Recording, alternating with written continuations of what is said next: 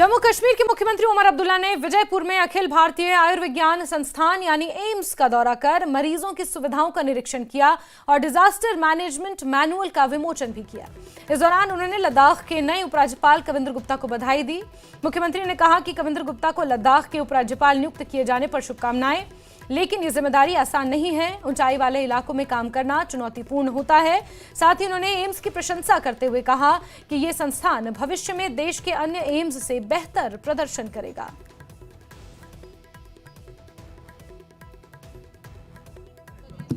उनको मुबारक है ना, कविंद्र गुप्ता साहब को मुबारक है। काम आसान नहीं है।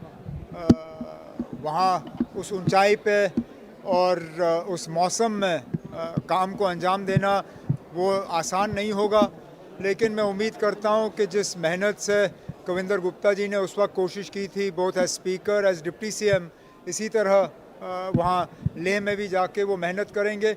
और उनको इस बात का भी ख्याल रखना होगा कि जिस तरह यहाँ पे जम्मू और कश्मीर को बैलेंस करके चलना पड़ता है, लोगों के सेंटिमेंट का ख्याल रखना पड़ता है, वहाँ पे भी एक तरफ से लेह, दूसरी तरफ से करगिल, दोनों को साथ मिला के चलना होगा।